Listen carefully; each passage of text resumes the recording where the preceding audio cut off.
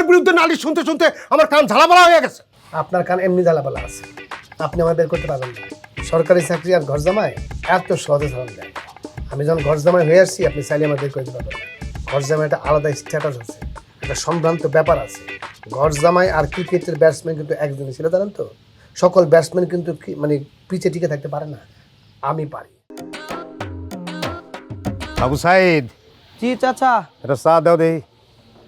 দিচ্ছি চাচা। এইলাম চাচা চা।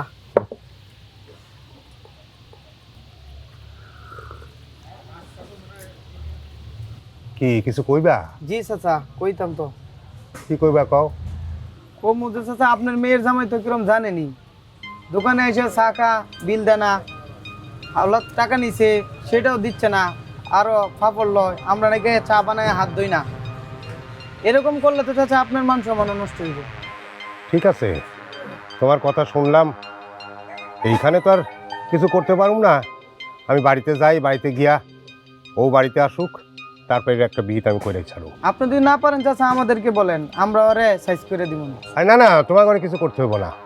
আমি কইলাম তো বাড়িতে যাই, আজকে আমি ওর একটা বিহিত করে ছাড়ব। ঠিক আছে? ঠিক আছে চাচা, আপনার উপরে আমরা ভরসা করি।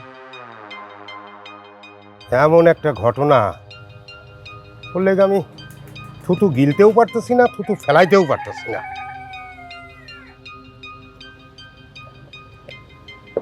এই চায়ের দাম নিয়ে যাও।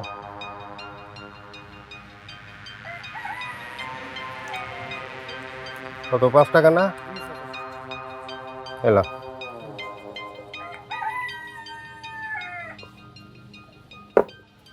আচ্ছা, এই সব কথা নিজের মুখে বাবার সামনে স্বীকার করতে তোর লজ্জা করে না? এই এই তারেক একটা পাত্র হইল নাকি? দুনিয়ার পাত্র খুঁজে পাইলি না? হ্যাঁ, তুইও কি তোর বড় বোনের মতো, তোর বড় বোন যেরকম মোস্তফার চেহারা ধুয়ে ধুয়ে পানি খাইতেছে, তুইও তাই খাইতে চাস? বা বা এই ব্যাপার করতেছো কেন? আব্বা কইলে ভালো মতো কও, আর তা না হইলে পরে চুপ করে থাকো। বা একটা কথা বলি আপনাকে, দেখেন লাবণী কি ইনোসেন্ট চেহারা, নিষ্পাপ বধূ। আমি একটা সিনেমাতে ছিলাম, ছবির নাম ছিল নিষ্পাপ বধূ। যদিও পোস্টার দেখে বোঝা যায় না এটা নিষ্পাপ বধূ কিনা, কিন্তু ওরে দেখে বোঝা যাচ্ছে সে কত নিষ্পাপ। এই লাবণীকে একটা ভালো পাত্রস্থ করা এটা আমাদের দায়িত্ব না? উচিত কিনা বলেন আব্বা? বেয়াদব চুপ কর। তোর মতো বেয়াদবের আব্বা আমার হওয়ার কোনো শখ নাই। আচ্ছা, তুমি আমার বাড়িতে ঘর জামাই থাকো, ঘর জামাই থাকা তোমার বিরুদ্ধে এত অভিযোগ কেন? মানুষ নানান রকম নালিশ করে, তোমার মতলবটা কি কত? আচ্ছা, তোমার সবাই ঘাট তেরা জামাই কয় কেন? এই প্রশ্নটা আমারও আব্বা। মানুষ আমার ঘাট তেরা কেন বলে? তবে একটা জিনিস আমি বুঝি, এই আপনাদের গ্রামের লোকজনে খায় কোনো কাজ নাই, আইলসা লোক বাট পাট কাজকর্মে ফাঁকি দেয়, সারাদিন খালি জানি নালিশ করবে কীভাবে, নালিশ করবে কীভাবে। আমি যদি অন্যায়ের প্রতিবাদ করি, এই জন্য সারাদিন আমার বিরুদ্ধে লেখা থাকে, তো মুনাফি, বুঝছেন আব্বা? এই জন্য বোধ হয় আমাকে ঘাট তেরা বলে। যে না, ঠিক তা না। তুমি মানুষের সঙ্গে সবসময় ঘাটতেরামি করো, মানুষের লগে খারাপ ব্যবহার করো, তাই তোমার লগে এরকম করে সবাই। তোমার সবাই ঘাটতেরা জামাই কয়, এটা আমি জানি। চায়ের দোকানে গেলে তোমার বিরুদ্ধে নালিশ, বাজারে গেলে তোমার বিরুদ্ধে নালিশ, রাস্তাঘাটে গেলে তোমার বিরুদ্ধে নালিশ। এত নালিশ কেন? তুমি যদি আমার বাড়িতে থাকতে চাও ভদ্রভাবে, তাহলে থাকবা। আর যদি মানুষের সঙ্গে সৎ আচরণ করতে পারো তবেই থাকবা, তা নাহলে সোজা তোমার নিজ গ্রামে চলে যাবা। তোমার বিরুদ্ধে নালিশ শুনতে শুনতে আমার কান ঝালাপালা হয়ে গেছে। আপনার কান এমনি জ্বালাপালা আছে, আপনি আমার বের করতে পারবেন না। সরকারি চাকরি আর ঘর জামাই এত সহজে ধরন দেয়। আমি যখন ঘর জামাই হয়ে আসছি, আপনি চাইলে আমার বের করতে পারবেন না। ঘর জামাই একটা আলাদা স্ট্যাটাস আছে, একটা সম্ভ্রান্ত ব্যাপার আছে। ঘর জামাই আর ক্রিকেটের ব্যাটসম্যান কিন্তু একজনই ছিল, জানেন তো? সকল ব্যাটসম্যান কিন্তু মানে পিচে টিকে থাকতে পারে না, আমি পারি।